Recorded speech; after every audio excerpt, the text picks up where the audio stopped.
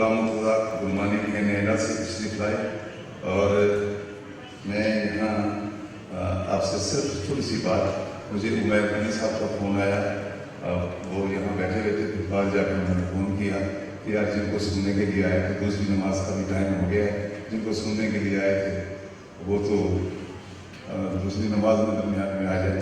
بالکل یہ بات صحیح ہے عمیر غنی، بالکل آپ نے صحیح کہا ہے کہ آپ ایک ایسی شخصیت کو سننے کے لیے آئے ہیں جہاں ہم تمام لوگ، یہ میری بچیاں بیٹھی ہیں، میری بہنیں بیٹھی ہیں اور یہ میرے نوجوان دوست بیٹھے ہیں، مفتی صاحب، عظمت خان چاندیا، ناظم بلوچ صاحب، یقیناً تو بس ایک شعر کے ساتھ میں کو دعوت دوں گا۔ نگاہ بلند سخن دل نواز جاں پرسوز، نگاہ بلند سخن دل نواز جاں پرسوز، یہی ہے رخت سفر میر کارواں کے لیے۔ انجینئر عبدالحکیم ملک۔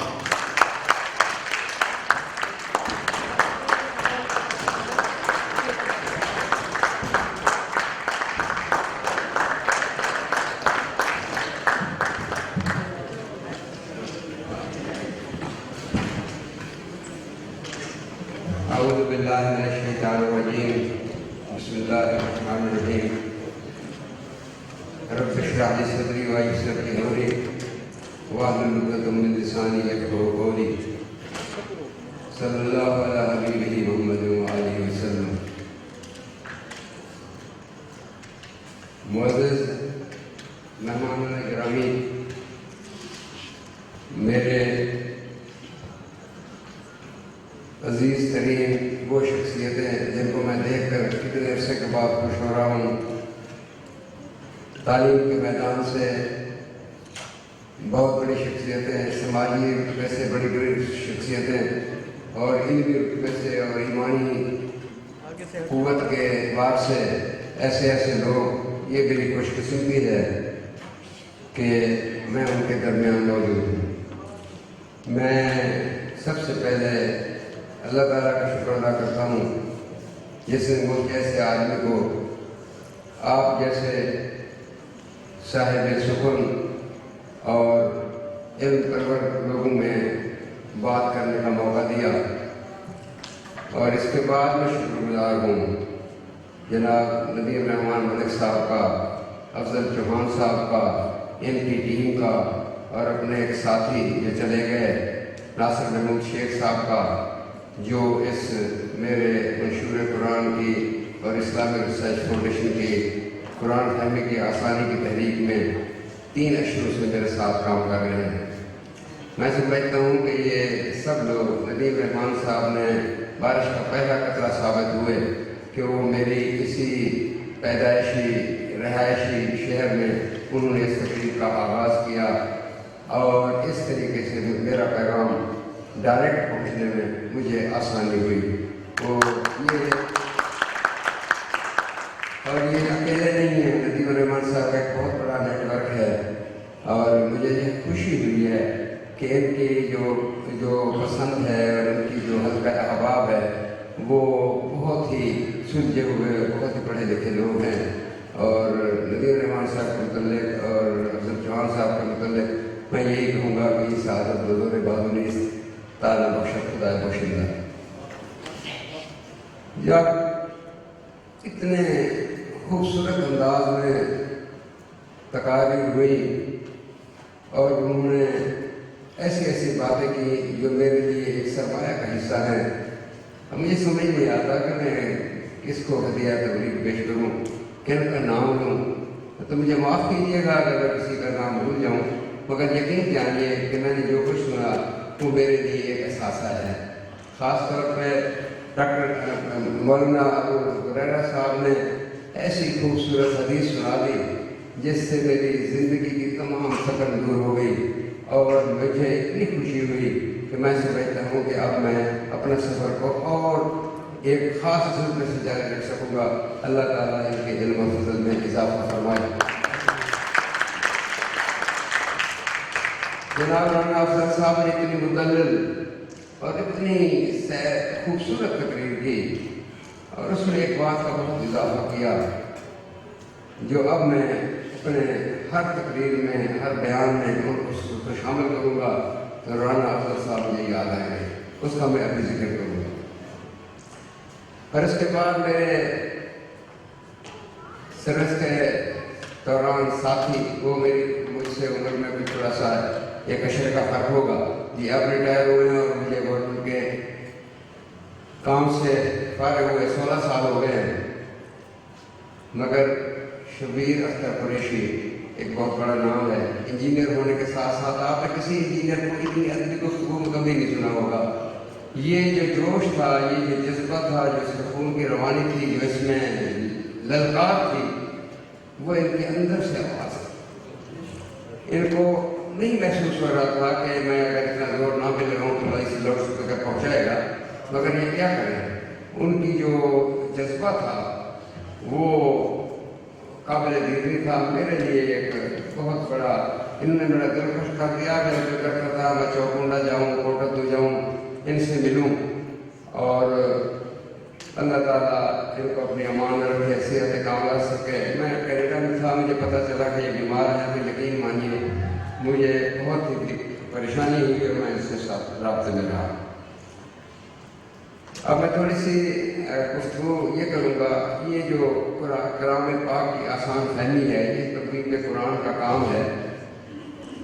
اس کے بارے میں یہ کہوں گا کہ قرآن کریم کو بھی وہ فضیلت حاصل ہے، وہ درجہ حاصل ہے جو نبی کریم صلی اللہ علیہ وسلم کی ذات پاک برکات کو حاصل ہوا۔ نبی کریم صلی اللہ علیہ وسلم خاتم النبیین ٹھہرے، افضل المرسلین ٹھہرے، رحمت للعالمین ٹھہرے، آتے زمان تک کے لیے ہدایت ٹھہرے، اور بالکل وہی اعجاز قرآن کریم کو بھی حاصل ہوا کہ یہ آخری کتاب ٹھہری، یہ آتے زمان تک کی ہدایت کی کتاب ٹھہری، اور یہ مکمل صحیح حیات ٹھہری۔ کیونکہ تورات کو اگر مجھے تو موقع ملتا ہے دوسری کمیونٹی کے ساتھ کام کرنے کا، ملاقات کا، تو جو تورات ہے وہ تاریخ بنی اسرائیل ہے، ہسٹری بک ہے، اور جو انجیل ہے، گاسپل ہے، وہ سوانح حیات ہے، عیسیٰ علیہ السلام ہے، بایوگرافی ہے۔ مگر قرآن کریم کو دیکھیے، یہ نہ تو تاریخ عربین پیننسولا ہے، اور نہ ہی یہ بایوگرافی آف محمد صلی اللہ علیہ وسلم ہے۔ اس میں تو حضرت موسیٰ علیہ السلام کا 30 سپاروں میں 3.5 سپاروں سے زیادہ ذکر ہے، اور نبی کریم صلی اللہ علیہ وسلم کا چندے معدود کسی جگہ نام سے ذکر ہے۔ تو یہ ایک جیسے بتا رہے تھے، میں اس کو یوں کہتا ہوں کہ یہ اللہ تعالیٰ نے انسان کو پیدا کیا، پھر اس کی ہدایت رشد کے لیے، زندگی کے لیے انہوں نے اپنے پیغمبر اور نبی رسول بھیجے، اور انہوں نے کیونکہ اس دنیا سے چلے جانا تھا، پھر ان پر ایک کتاب بھیجی، وہ تورات آئی، وہ انجیل آئی، وہ زبور آئی۔ تو مقصد یہ ٹھہرا کہ تعلیم کو، علم کو اللہ تعالیٰ نے کیا درجہ دیا۔ اس کی ابتدا تو یوں ہے کہ جب پہلی وحی نازل ہوئی تو اس میں لا الہ الا اللہ نہیں پہلے نازل ہوا۔ نبی کریم صلی اللہ علیہ وسلم کے محمد رسول اللہ کی شہادت نہیں آئی، بلکہ پہلا وہی نازل ہوئی وہ اقرا بسم ربک الذی خلق۔ اللہ تعالیٰ جانتے تھے انسانوں کو پیغام بھیجنا ہے، تو یہ جب تک پڑھیں گے نہیں، یہ مجھے بھی نہیں پہچانیں گے، اے رسول مجھے بھی نہیں پہچانیں گے، اور یہ پیغام جو ہے اس کو بھی نہیں پڑھیں گے۔ تو یہ جو ہے، پھر اب ہم اس دنیا میں دیکھتے ہیں کہ اگر کسی نے انسانیت سے آدمیت کے درجے میں آنا ہے، کامیاب ہونا ہے، تو اس کے درمیان ایک کتاب ضرور ہے۔ وہ میڈیکل کی ہے تو وہ ڈاکٹر بن جائے گا، وہ انجینئر کی ہے تو انجینئر بن جائے گا، وہ دورہ حدیث کرے گا اور دوسری کتابیں پڑھے گا تو وہ عالم دین بن جائے گا۔ کتاب کا رشتہ انسان کے ساتھ اس کو آدمیت کی طرف لانے، کامیاب لانے کے لیے ایک مستقل رشتہ ہے۔ اور جو انہوں نے کہا تھا کہ قیامت کے دن آیت کا ترجمہ بتا رہے تھے، تو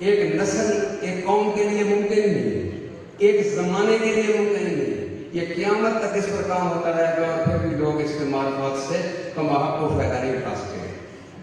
اس کی یوں مثال دیتا ہوں کہ جیسے گلاب کا پھول ہے, آپ اس کو لیں, اس کی طرف تازگی سے, اس کے رنگ سے, اس کی فریگرنس سے آپ اس کو لطف اندوز ہوں, سمجھیں, دیکھتے رہیں, آپ سمجھیں کہ میں نے اس سے استفادہ کر لیا, سمجھ گیا, کوئی بات نہیں. آپ اس کی پتی کو وا کریں, نیچے سے پتی کو ہٹائیں, پھر ایک نیا رنگ, ایک نئی خوشبو, ایک نیا رنگ نکلے گا. تو اسی طرح ایک آیت پر پوری زندگی ایک انسان اگر لگ جائے تو وہ ساری عمر اس آیت کے معرفات سے کما کو جان نہیں سکتا.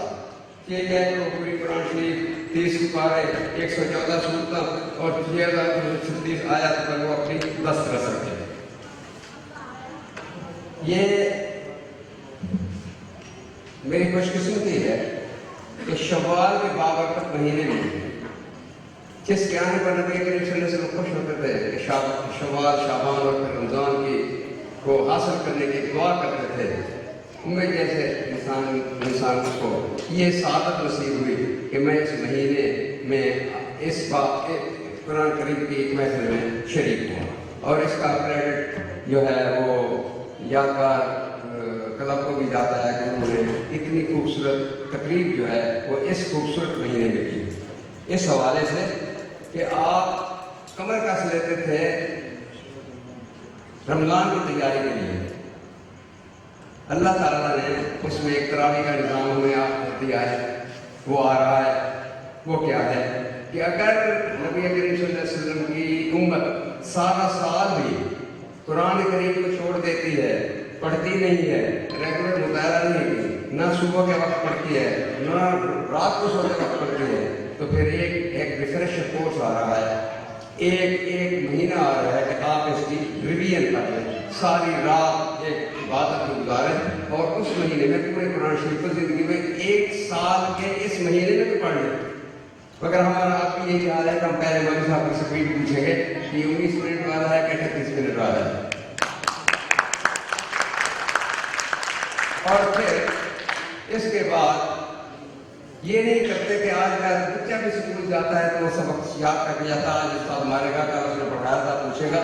ہم کبھی بھی ہمارے یہ شیڈول میں نہیں ہے کہ آج کی تراویح کا ہم پہلے مطالعہ کر کے جائیں کہ آج وہ سننا ہے, سننا کیا ہے, ترجمہ ہی پڑھ کے چلے جائیں. تو نہیں بھول گیا ہے, رات کو پڑھ کر تراویحاں پڑھ کر صبح کی تلاوت میں اس کا ترجمہ سننے کے رات ہم نے کیا حضرت یوسف علیہ السلام کا قصہ سنا, ہم نے سیکس ڈسپلن سنا, ہم نے ہجرت کے متعلق سنا, ہم نے آداب گفتگو سنے, اللہ حاضر کیا. مگر یہ ہمارا کوئی اس پروگرام نہیں ہے.